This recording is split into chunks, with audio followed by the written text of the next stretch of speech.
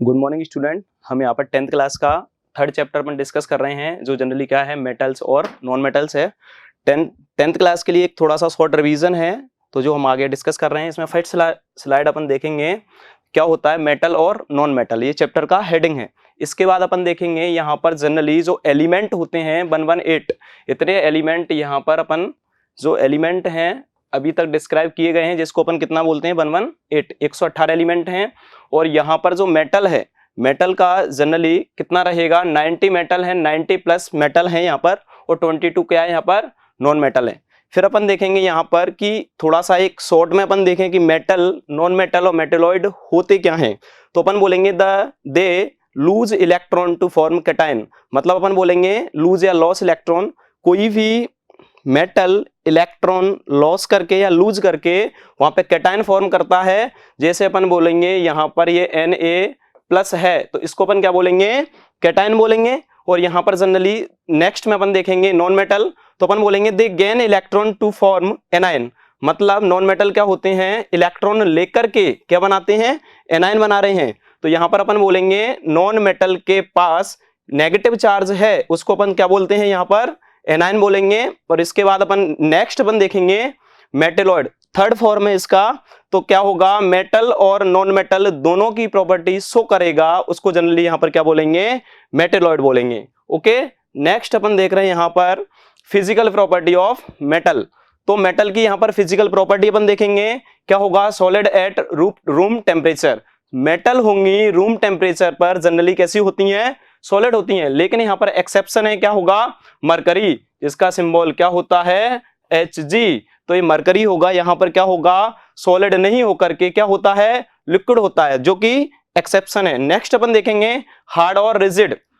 Metal होंगी generally hard और rigid होती हैं, क्यों, क्योंकि यहाँ पर जो एटम, जो मेटल है उसमें जो एटम है वो पास पास होते हैं, उनमें अट्रैक्शन फोर्सेज कैसा होता है, बहुत ज्यादा होता है। तो वो क्या बोलेंगे अपन, उनको हार्ड बोलेंगे। तो अपन बोलेंगे मेटल क्या होगा, हार्ड होगा। यहां पर क्या होगा, सोडियम पोटेशियम जनरली ये कैसी होती हैं, ये यहां पर सॉफ्ट होती हैं, तो ये एक्सेप्शन है। नेक्स्ट अपन देखेंगे इसकी प्रॉपर्टी मेटल की, लस्टर होगा। लस्टर मतलब क्या होता है, चमकदार होता है। लेकिन यहाँ पर जो सोडियम होगा, सोडियम का सिंबल अपन देख सकते हैं साथ साथ कि सोडियम कैसा होता है, नॉन लस्टर होता है। नेक्स्ट अपन देखेंगे मेल्टिंग पॉइंट इज हाई।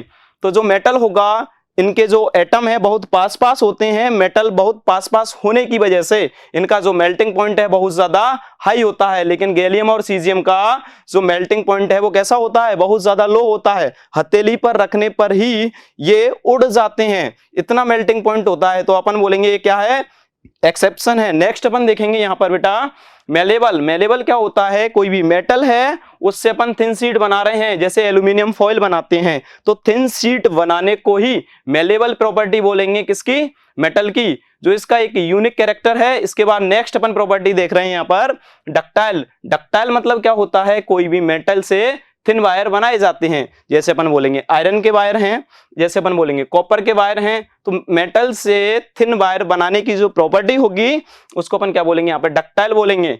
और ये जो मेटल होंगी क्या होती हैं, good conductor of heat and electricity.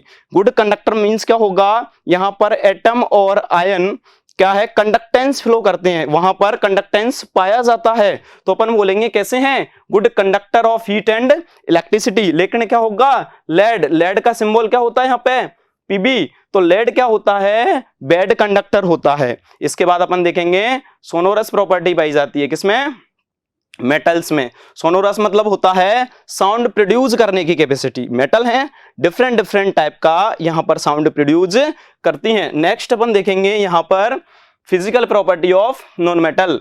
तो नॉन मेटल में क्या होगा, सॉलिड और गैस एट रूम टेम्परेचर। जो नॉन मेटल होंगी रूम टेम्परेचर पर सॉलिड और गैस होंगी। लेकिन अपन बोलेंगे यहाँ पर जो ब्रोमीन होगा जनरली कैसा होता है, लिक्विड फॉर्म में पाया जाता है, जो कि एक्सेप्शन है। नेक्स्ट अपन देखेंगे विटल नेचर होगा। इसके बाद देखेंगे अपन नॉन लस्ट्रस होगा। लेकिन इसमें जो आयोडीन होगा, आयोडीन है कैसा होता है, लस्ट्रस होता है, मतलब चमकदार होता है, जो कि एक्सेप्शन है। और अपन बोलेंगे इसके जो मेल्टिंग पॉइंट है, बॉइलिंग पॉइंट है, जनरली नॉन मेटल के कैसे होते हैं, लो होते हैं, क्योंकि इसके जो एटम और मॉलिक्यूल हैं थोड़े थोड़े मतलब दूर होते हैं, पास पास नहीं होते, इसलिए इसका अपन बोलेंगे मेल्टिंग पॉइंट। और बॉइलिंग पॉइंट जनरली कैसा होगा, लो होगा। इसके बाद अपन देख रहे हैं नॉन सोनोरस होगा, नॉन मेलेबल होगा, नॉन डक्टाइल होगा। मतलब ये सारी प्रॉपर्टी किसकी हैं, मेटल्स की, जो नॉन मेटल में नहीं पाई जाती हैं। इसके बाद अपन देखेंगे यहाँ पर कैसा है ये, बैड कंडक्टर ऑफ इलेक्ट्रिसिटी। तो जो नॉन मेटल होंगे बैड कंडक्टर होते हैं इलेक्ट्रिसिटी के, बट यहां पर एक एक्सेप्शन दे रखा है, ग्रेफाइट है, जो कि एग्जाम में क्वेश्चन आता है। तो ग्रेफाइट कैसा होता है, यहां पर गुड कंडक्टर होता है। तो यहां पर अपन देखना चाहेंगे कि जो ग्रेफाइट होता है जनरली क्या होता है। तो ग्रेफाइट क्या होता है, एलोट्रॉप ऑफ कार्बन, कार्बन का एलोट्रॉप होता है, जो कि गुड कंडक्टर होता है। नॉन मेटल होते हुए भी कैसा होता है, गुड कंडक्टर होता है। क्यों होता है, क्योंकि यहां पर जनरली अपन देखेंगे यहां पर इसकी जो स्ट्रक्चर होती है ग्रेफाइट की हेक्सागोनल होती है। तो अपन बोलेंगे कार्बन है जनरली कितने बॉन्ड बनाता है, 4 बॉन्ड बनाता है, बट यहां पर कार्बन के कितने बॉन्ड बन रहे हैं, 3 बॉन्ड बन रहे हैं। और एक यहां पर ये क्या है, फ्री इलेक्ट्रॉन, ये क्या है, फ्री इलेक्ट्रॉन। तो फ्री इलेक्ट्रॉन होने की वजह से ये हीट मतलब इलेक्ट्रिसिटी का कैसा है, गुड कंडक्टर है। नेक्स्ट अपन देखेंगे इनकी जो डेंसिटी होगी वो कैसी होगी, लो होगी। इसके बाद अपन देखेंगे यहां पर केमिकल प्रॉपर्टी ऑफ मेटल, मतलब जो मेटल्स हैं उनकी केमिकल प्रॉपर्टी में सबसे फर्स्ट हेडिंग अपन देख रहे हैं रिएक्शन विथ ऑक्सीजन। तो यहां पर क्या होगा, मेटल है ऑक्सीजन के साथ रिएक्ट करके क्या बनाता है, यहां पर मेटल ऑक्साइड बनाएगा। तो फर्स्ट अपन देखेंगे अगर क्वेश्चन आता है कि रिएक्शन विथ ऑक्सीजन, अगर मेटल है रिएक्ट विथ ऑक्सीजन, तो वहां पर क्या होगा, मेटल प्लस ऑक्सीजन मिलकर के यहां पर मेटल ऑक्साइड बनाएगा। मेटल ऑक्साइड मतलब मेटल के साथ ऑक्सीजन का जुड़ना। यहां पर अपन देखेंगे कॉपर है, तो ये तो इसके मोल है, स्टोइकोमेट्रिक कोफिशिएंट है, जैसे 2 है, ये 1 और 2 है, इस तरीके से। तो यहां पर अपन देखेंगे ये सिंबल किसका है, कॉपर का। तो कॉपर मेटल है और कॉपर ऑक्सीजन से रिएक्ट करके क्या बना रहा है, कॉपर ऑक्साइड यहां पर बना रहा है। ओके, नेक्स्ट अपन देखेंगे यहां पर रिएक्शन विथ वाटर। तो मेटल है वाटर से रिएक्ट करके, मेटल वाटर से रिएक्ट करके यहां पर जो वाटर का अपन बोलेंगे केमिकल फॉर्मूला, या फॉर्मूला क्या होगा, H2O। तो मेटल वाटर से रिएक्ट करके क्या बनाएगा, मेटल ऑक्साइड बनाएगा, प्लस हाइड्रोजन गैस यहां से रिलीज करेगा। और अपन बोलेंगे मेटल ऑक्साइड फर्दर वाटर से रिएक्ट करेगा और यहां पर क्या बनाएगा, मेटल हाइड्रोक्साइड बनाएगा। ओके, तो यहां पर अपन देख रहे हैं 2K मतलब K पोटेशियम है और S क्या है, इसकी स्टेट है। इसकी जो स्टेट मतलब कौन सी स्टेट में है, ये सॉलिड स्टेट में है। और H2 ये इसकी स्टेट को मेंशन कर रहा है, L मींस क्या होगा, लिक्विड होगा। तो मेटल वाटर से रिएक्ट करके यहां पर क्या बना रहा है, मेटल मतलब हाइड्रोक्साइड अपन बोल सकते हैं बना रहा है। और अपन बोलेंगे एक क्यू मतलब क्या होगा, एक्वस फेज में है ये। और अपन बोलेंगे H2 गैस रिलीज कर रहा है, इवॉल्व कर रहा है। और हीट एनर्जी मतलब इस तरीके की कोई रिएक्शन होगी। ये एरो किसको इंडिकेट कर रहा है, यहां पर वन डायरेक्शन मतलब यहां से स्टार्ट हो रही है और यहां पर ये फिनिश हो रही है। और इसके बाद अपन देखेंगे यहां हाइड्रोजन गैस, ये जो सिंबल है ये फेज को इंडिकेट कर रहा है, मतलब गैस है जी है। और अपन बोलेंगे हीट एनर्जी रिलीज हो रही है, मतलब ये वाली जो रिएक्शन है जनरली कैसी होगी, एक्सोथर्मिक होगी। और ऐसे ही अपन सोडियम है वाटर से रिएक्ट करेगा, सोडियम हाइड्रोक्साइड बनाएगा जो कि एक्वस होगा, H2 गैस रिलीज होगी और यहां पर क्या होगा, हीट एनर्जी यहां पे अपन को मतलब हीट एनर्जी रिलीज करेगा। तो यहां पर अगर हीट एनर्जी इधर की साइड रिलीज हो रही है तो उसको अपन ऐसी रिएक्शंस को अपन कौन सी रिएक्शन बोलते हैं, एक्सोथर्मिक। इस नेक्स्ट अपन देखेंगे यहां पर reaction with acid, metal acid से रिएक्ट करके सॉल्ट बनाएगा, प्लस में हाइड्रोजन गैस यहां पे अपन को मिलेगी। तो यहां पर एक एक्सेप्शन है जिसको अपन देखेंगे कि hydrogen gas is not evolve when a metal react with nitric acid. Nitric acid का फॉर्मूला होगा HNO3। तो HNO3 यहां पर हाइड्रोजन गैस है, इवॉल्व नहीं करता किसमें, HNO3 में। तो hydrogen gas is not evolve, metal है HNO3 से रिएक्ट करेगा, मतलब मेटल नाइट्रिक एसिड से रिएक्ट करके हाइड्रोजन गैस को इवॉल्व नहीं करता। इसके बाद है नेक्स्ट, इसमें एक्सेप्शन है मैग्नीशियम एंड मैग्नीज। मैग्नीशियम और मैग्नीज अपन बोलेंगे dilute HNO3, very dilute HNO3 से रिएक्ट करके यहां पर क्या मिलेगी अपन को, हाइड्रोजन गैस मिलेगी। नेक्स्ट अपन देख रहे हैं यहां पर एक छोटा सा क्वेश्चन आता है 10th क्लास में जो कि बहुत ज्यादा इंपॉर्टेंट है, एक्वा रेजिया। तो एक्वा रेजिया एक अपन बोलेंगे फ्रेश प्रिपेयर्ड मिक्सचर है जो अपन बोलेंगे किससे मिलकर के बना होता है, तो यहाँ पर बोलेंगे 3HCl हाइड्रोक्लोरिक एसिड की 3 ड्रॉप अपन बोल सकते हैं, और अपन बोलेंगे 1 ड्रॉप किसकी होगी, HNO3 मतलब nitric acid. 3 mole HCl and 1 mole HNO3, इनका जो मिक्सचर होगा उसको अपन क्या बोलेंगे यहाँ पर, एक्वा रेजिया, जो कि किसके काम आता है, जो गोल्ड को डिसॉल्व करने के काम आता है ना। तो ये अपन को यहाँ पर ध्यान रखना है, एक्वा रेजिया। इसके बाद नेक्स्ट अपन देखेंगे यहाँ पर द रिएक्टिविटी सीरीज, ये बहुत थोड़ा सा इंपॉर्टेंट है, रिएक्शंस में काम आती है। डिस्प्लेसमेंट रिएक्शन जो होगी फर्स्ट अपन चैप्टर में पढ़ा होगा तुमने, तो यहाँ पर देखेंगे बेटा, देखो ये ऊपर वाली मेटल है कैसी है, मोर रिएक्टिव है, ये वाली कैसी है, और डिक्रीज हो गया, और अपन बोलेंगे सबसे लीस्ट रिएक्टिव है।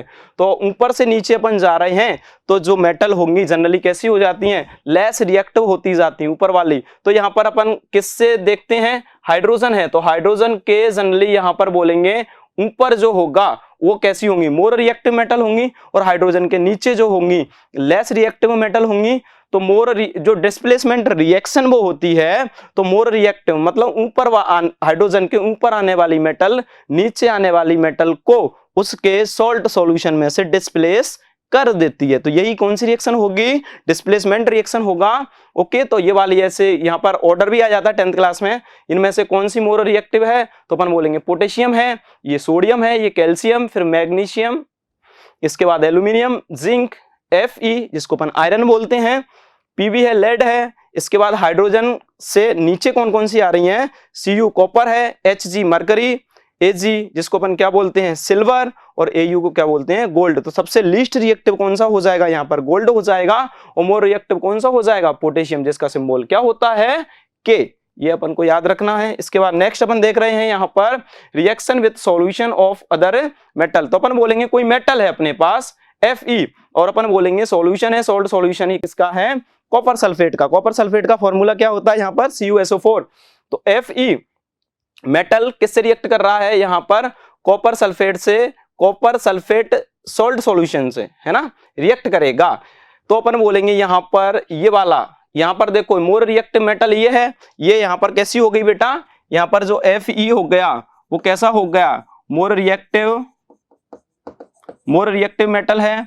More reactive metal less reactive metal को उसके सॉल्ट सॉल्यूशन में से क्या कर देगी, डिस्प्लेस कर देगी, उसको वहां से हटा देगी। तो ये यहाँ पर ये हटेगा, तो यहाँ पर FeSO4 फेरस सल्फेट बन गया, और कॉपर यहाँ से इसने रिमूव कर दिया। ऐसे ही जिंक है, ये भी मोर रिएक्टिव मेटल है। तो मोर रिएक्टिव मेटल उसके सॉल्ट सॉल्यूशन में से उस मेटल को वहां से हटा देती है, डिस्प्लेस कर रही है। तो यहाँ पर जिंक सल्फेट सॉल्यूशन बन जाएगा, और यहाँ पर कॉपर रिलीज हो जाएगा, है ना। तो इस तरीके से यहाँ पर जो रिएक्शन अगर देखा जाए तो कौन सा एक्टिविटी सीरीज, मतलब ये है कि ऊपर वाली जो मेटल होगी more reactive metal less reactive metal को डिस्प्लेस कर देती है उसके सॉल्ट सॉल्यूशन में से।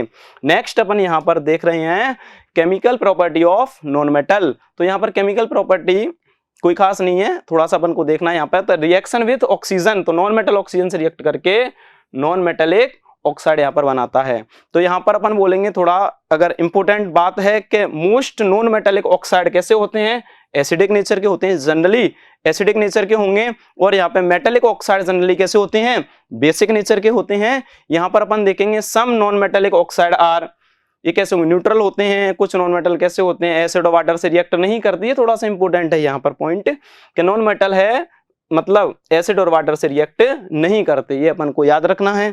इसके बाद नेक्स्ट अपन देख रहे हैं how do metal and non metal react.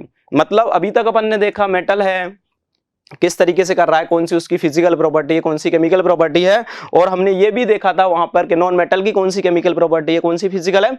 Next अपन देख रहे हैं बेटा कि मेटल और नॉन मेटल आपस में किस तरीके से यहाँ पर बॉन्ड बनाते हैं या किस तरीके से वहां पर रिएक्ट करते हैं, है ना। तो यहां पर देखेंगे metal loss electron from there, ये है ना, तो valence shell to form cation. तो यहां पर देखो, यहां पर अपन देखेंगे बेटा 2-3 बातें आई हैं जिनको अपन देखना चाहेंगे। देखो यहां पर ये बोल रहा है वैलेंस सेल, तो वैलेंस सेल अपन बोलेंगे देखो सोडियम है अपने पास, मेटल है तो मेटल इसका अपन इलेक्ट्रॉनिक कॉन्फ़िगरेशन हम सब लोग जानते हैं 10th क्लास में कि इसका इलेक्ट्रॉनिक कॉन्फ़िगरेशन जनरली क्या होगा, यहाँ पर होगा 281। कैसे आया, इसका एटॉमिक नंबर कितना होता है 11 होगा, तो 11 एटॉमिक नंबर है, तो पहली सेल होगी K, फिर ये L और ये कौन सी होगी M।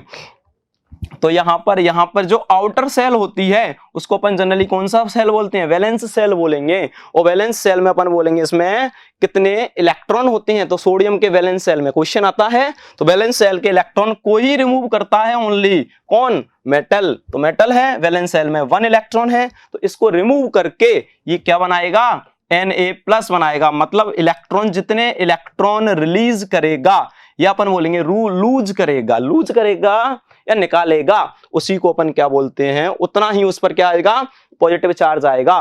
तो अपन बोलेंगे तो सोडियम है, और अपन बोलेंगे सोडियम मतलब क्या है, ये कैटायन बन गया, सोडियम आयन बन गया एक तरीके से, जो कैसा है, कैटायन। कैटायन मतलब किसको बोलते हैं, जिस पर कौन सा चार्ज आता है बेटा, पॉजिटिव चार्ज आता है। जितने इलेक्ट्रॉन लूज करेगा उतने ही यहाँ पर पॉजिटिव चार्ज आएंगे। और अपन बोलेंगे नॉन मेटल है, ऐसे नॉन मेटल ऐसे क्लोरीन है, तो क्लोरीन का इलेक्ट्रॉनिक कॉन्फ़िगरेशन क्या होता है बेटा, ये होगा, ठीक है।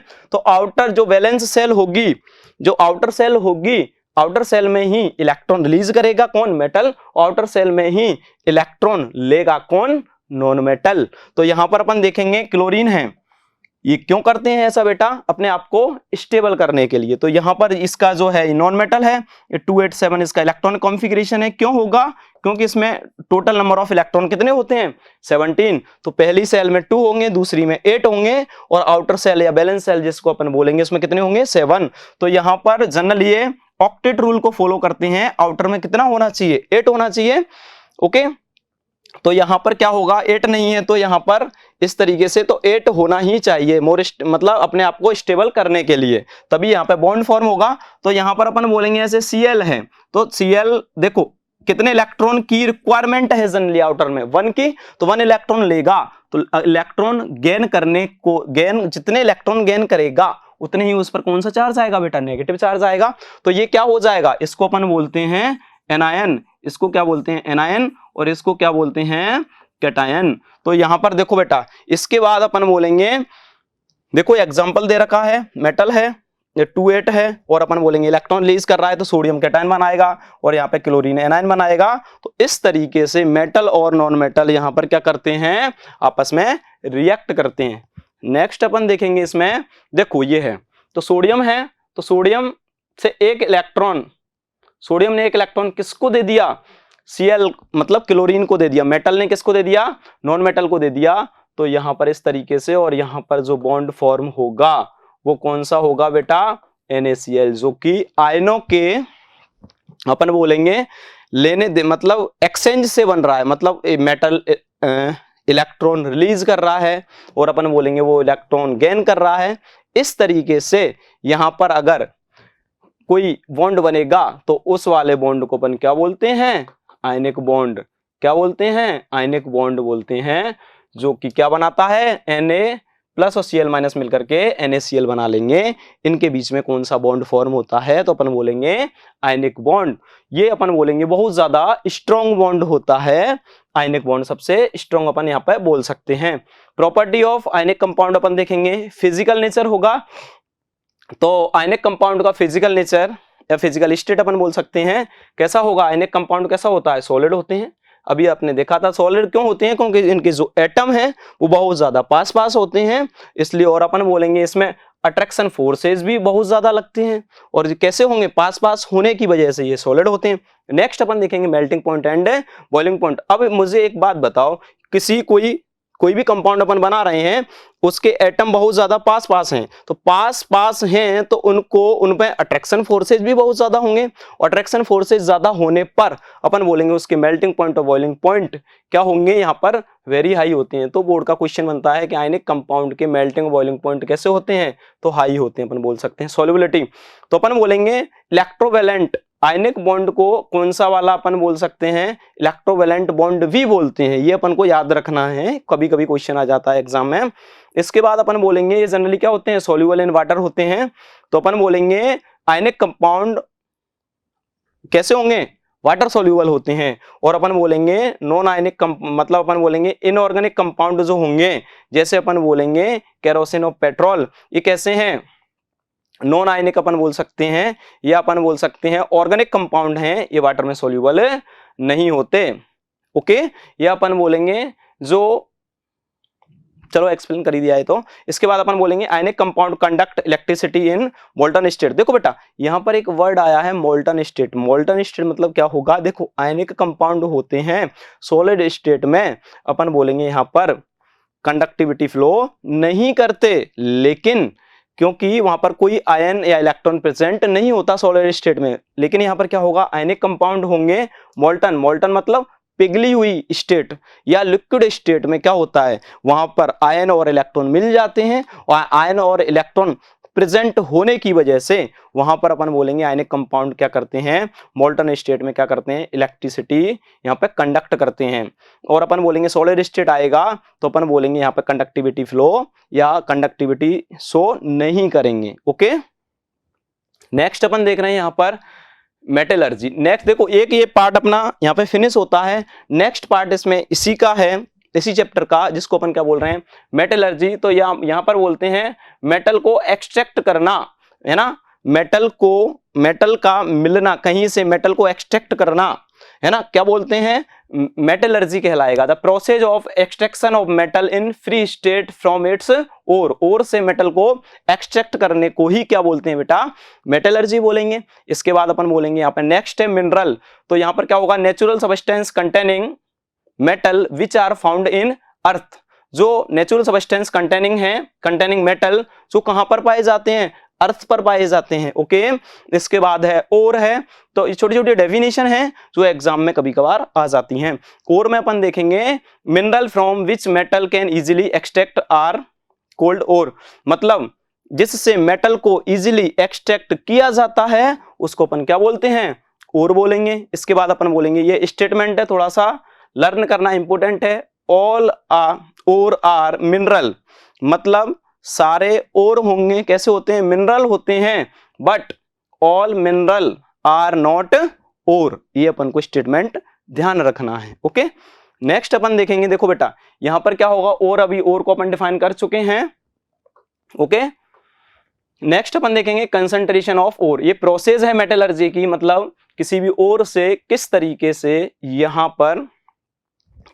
से हम यहाँ पर मेटल प्यूरिफाई, मतलब मेटल को ऑब्टेन करते हैं प्योर फॉर्म में, है ना, उसकी प्रोसेस है। तो यहाँ पर बोलेंगे कंसंट्रेशन ऑफ ओर। तो कंसंट्रेशन ऑफ ओर का अपन देखेंगे कि यहाँ पर मतलब ओर है, ओर में बहुत सारी इंप्यूरिटी हैं, तो इंप्यूरिटी को रिमूव करना एक तरीके से यहाँ पर क्या कहलाएगा, कंसंट्रेशन। कैसे, impurity are remove, so concentration of metal, मतलब बहुत सारी इंप्यूरिटी हैं, उसमें मेटल भी है, लेकिन इंप्यूरिटी को हटा देंगे, इंप्यूरिटी मतलब अशुद्धियों को हटा देंगे, तो वहां पर क्या हुआ, अशुद्धि इंप्यूरिटी को हटाने पर क्या होगा, वहां पर मेटल का जो कंसंट्रेशन है वो बहुत ज्यादा इंक्रीज हो जाएगा। ओके, नेक्स्ट अपन देखेंगे 3 टाइप की मेटल होंगी, हाई रिएक्टिव होगा, मीडियम रिएक्टिव होगा, और अपन बोलेंगे लो रिएक्टिविटी होगी। इनके अलग अलग मेथड, अलग अलग प्रोसेस हैं। तो जो हाई रिएक्टिव मेटल होती है जनरली उसका क्या करते हैं, इलेक्ट्रोलाइसिस करते हैं। ओके, किसी भी मतलब इलेक्ट्रोलाइसिस मींस क्या होगा, यहां पर क्या होगा, ड्यूरिंग इलेक्ट्रोलाइसिस, देखो electrolysis of pure molten ore, है ना, during electrolysis reduction of molten salt the metal are always obtain at cathode. मतलब क्या होगा, मोल्टन स्टेट में यहाँ पर इलेक्ट्रोलाइसिस किया जाएगा और उसके बाद क्या होगा, हमें कैथोड पर क्या मिलेगी, एक प्योर मेटल यहाँ पर मिलेगी। तो ऑलवेज कहां पर मिलेगी बेटा, कैथोड, और ये क्या, एनोड। ये क्या होते हैं बेटा, एक इलेक्ट्रोड होते हैं जो यहाँ पर मेटल के बने होते हैं जनरली, और रॉड टाइप के होते हैं, है ना। तो यहाँ पर जो कैथोड है वहां पर प्योर मेटल यहाँ पर देखने को मिलेगा। इसके बाद अपन देखते हैं मीडियम रिएक्टिविटी है ना कम ना ज्यादा। तो यहाँ पर क्या होता है बेटा, इस वाले प्रोसेस से अपन किसका देखते हैं, कार्बोनेट ओर होगा और सल्फेट ओर होगा। तो देखो कार्बोनेट ओर होगा, उसमें अपन प्रोसेस करते हैं, इस तरीके से चल रहे हैं। नेक्स्ट अपन कार्बोनेट ओर है, कार्बोनेट ओर का अपन क्या करते हैं, कैल्सिनेशन करते हैं। तो कैल्सिनेशन एक बहुत इंपॉर्टेंट प्रोसेस है एग्जाम लेवल का। तो कैल्सिनेशन क्या होता है, एब्सेंस ऑफ एयर। तो यहाँ पे एयर एब्सेंस होगा और यहाँ पर जो टेम्परेचर है हुआ कैसा होगा, जनरली लो होगा। तो टेम्परेचर लो होगा और लो एब्सेंस ऑफ एयर, एयर की एब्सेंस में या बहुत कम एयर होगा उसको अपन बोलते हैं कैल्सिनेशन। ओके, और यहाँ पर अपन बोलेंगे सल्फेट और होगा तो उसका अपन क्या करते हैं, रोस्टिंग करते हैं। तो यहाँ पर रोस्टिंग मतलब क्या होगा, हाई टेम्परेचर होगा और एयर प्रेजेंट होगी, एयर प्रेजेंट होगी, हाई टेम्परेचर होगा, उस वाले प्रोसेस को अपन क्या बोलते हैं, रोस्टिंग बोलेंगे। इन दोनों प्रोसेस के बाद यहां से क्या हो जाएगा, देखो कार्बोनेट हो रहा है, इधर सल्फेट हो रहा है, यहाँ पर अपन ने कैल्सिनेशन किया, यहाँ पर रोस्टिंग किया, और इससे अपन को क्या मिलेगा, ये कार्बोनेट और सल्फेट और किस में चेंज हो जाएंगे, मेटल के ऑक्साइड में चेंज हो जाएंगे। और यहाँ पर क्या होगा बेटा, उसके बाद रिडक्शन करेंगे, और रिडक्शन करने के बाद यहाँ पर अपन को प्योर फॉर्म में क्या मिल जाएगा, मेटल मिल जाएगा। ओके, इसके बाद अपन नेक्स्ट देख रहे हैं, यहाँ पर लो रिएक्टिविटी है, तो सल्फाइड और है, उसका अपन इस मेथड से देखेंगे। इसके बाद रोस्टिंग करेंगे, रोस्टिंग अभी एक्सप्लेन किया था। इसके बाद मेटल है, और मेटल का फिर अपन क्या बोलेंगे, रिफाइनिंग करेंगे। तो मेटल रिफाइनिंग इंपोर्टेंट है थोड़ा सा यहाँ पर, क्यों, क्योंकि देखो मेटल है, मेटल में बहुत सारी इंप्योरिटी है ना, बहुत सारी उसके आसपास इंप्योरिटी है, तो इंप्योरिटी को रिमूव करके वहां पर प्योर फॉर्म में मेटल ऑब्टेन करने की जो प्रोसेस होगी उसको क्या बोलेंगे, यहाँ पर रिफाइनिंग प्रोसेस बोलेंगे। ओके बेटा, नेक्स्ट अपन देख रहे हैं यहाँ पर, इसी का नेक्स्ट टॉपिक है, बहुत ज्यादा इंपॉर्टेंट है ये, है ना, एग्जाम के बेस पर 10th क्लास में। तो यहाँ पर अपन बोलेंगे कोरोजन, इसको क्या बोलते हैं, कोरोजन। तो अपन बोलेंगे formation of undesirable compound at the surface of metal. ये जनरली कहां पर होता है, मेटल की सरफेस पर होता है। अनडिजायरेबल चेंजेस है, एक सरफेस फिनोमिना है। तो अब अपन बोलेंगे exposure of air and chemical reagent is called corrosion of metal. तो अपन बोलेंगे यहां पर जनरली कोरोजन होता क्या है, इन शॉर्ट में अपन देखेंगे मेटल है, और अपन बोलेंगे एयर है, मॉइस्चर है, और अपन वाटर भी बोल सकते हैं। तो यहां पर एक स्लो प्रोसेस होती है, और उसके बाद आयरन मेटल है जनरली क्या हो जाती है, कोरोइड हो जाती है ना, ये इस तरीके से। नेक्स्ट अपन देख रहे हैं यहाँ पे, इसमें एक्सेप्शन कौन से हैं जिनमें कोरोजन नहीं होता है। देखो सिल्वर है, सिल्वर का क्या बोलेंगे अपन, एजी है, गोल्ड है, एयू है, प्लेटिनम को क्या बोलेंगे, पीटी है।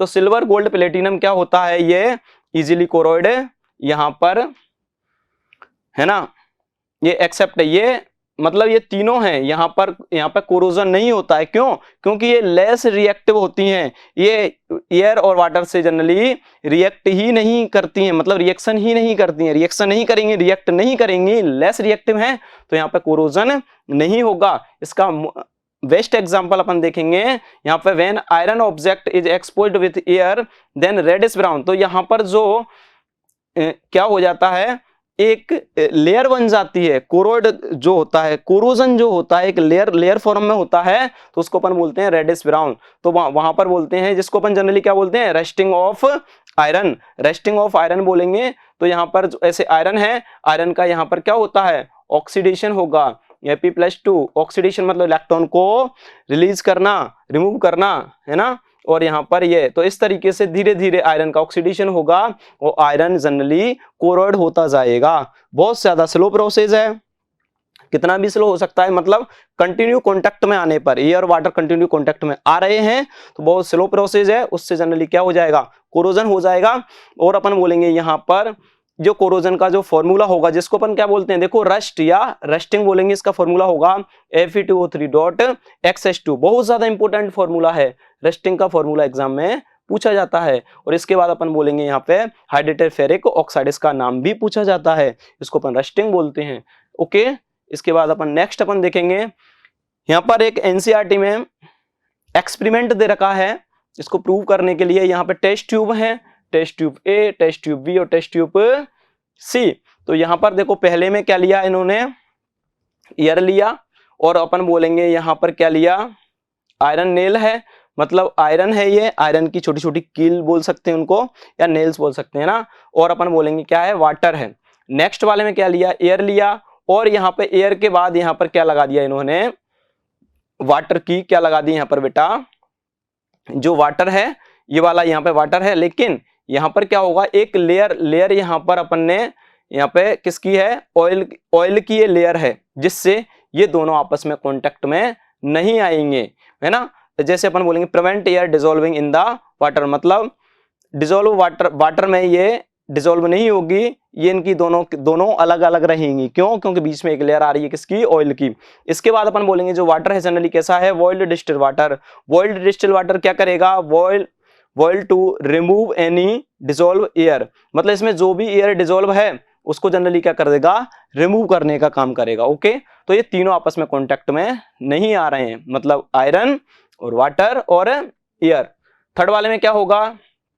यहाँ पर एक एयर है, ड्राई एयर जिसको बोल सकते हैं। एनहाइड्रस कैल्शियम क्लोराइड है जो कि ड्राइंग एजेंट होता है, यहाँ पे अपन को याद रखना है। ठीक है, तो वो यहाँ पर ये बोलना चाह रहा है जनरली कि रस्टिंग किसमें होगा, तो रस्टिंग के लिए फेवरेबल कंडीशन तुम्हें बताई थी, एयर होगा, वाटर होगा और आयरन नेल्स होगा, मतलब आयरन वहां पे प्रेजेंट होगा।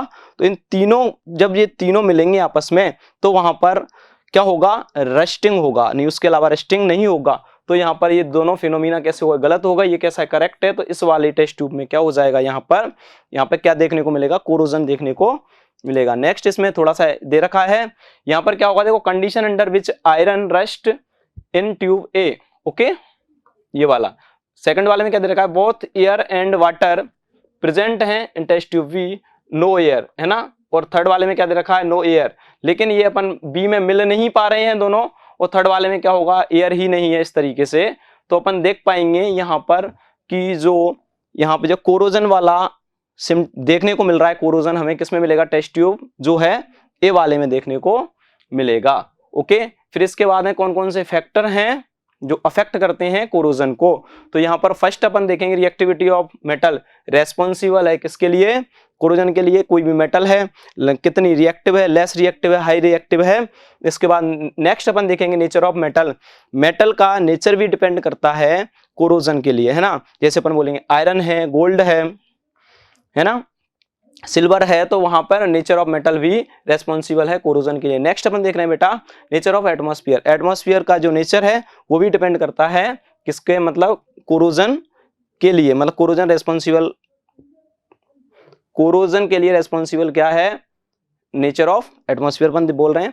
इसके बाद है प्रेजेंस ऑफ हीट। हीट की प्रेजेंस मतलब अपन बोलेंगे यहाँ पे इलेक्ट्रोलाइट वगैरह बनेंगे तो वो भी रेस्पॉन्सिबल होता है। इसके बाद नेक्स्ट अपन देख रहे हैं यहाँ पे प्रोटेक्शन, मतलब रस्टिंग से कैसे बचा जा सकता है, उसके प्रोटेक्शन में कौन कौन से मेथड यूज किए जाते हैं।